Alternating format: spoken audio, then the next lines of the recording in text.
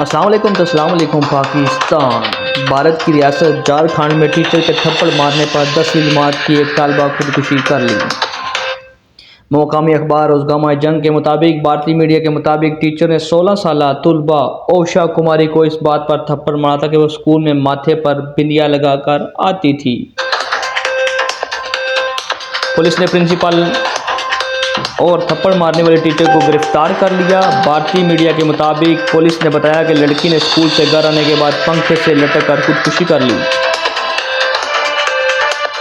Police का कहना है कि खुदकुशी करने वाली लड़की ने एक नोट भी लिखा था जिसमें इसने वाक़े का जिम्मेदार स्कूल की टीचर और प्रिंसिपल को ठहराया।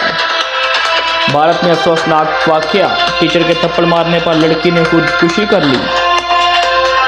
मज़ीद वीडियो और न्यूज़ देखने के लिए हमारे YouTube चैनल अपने चार गुजरों को सब्सक्राइब करें, लाइक करें और बेल का आइकन दबाना मत भूलिए। अल्लाह हाफिज़।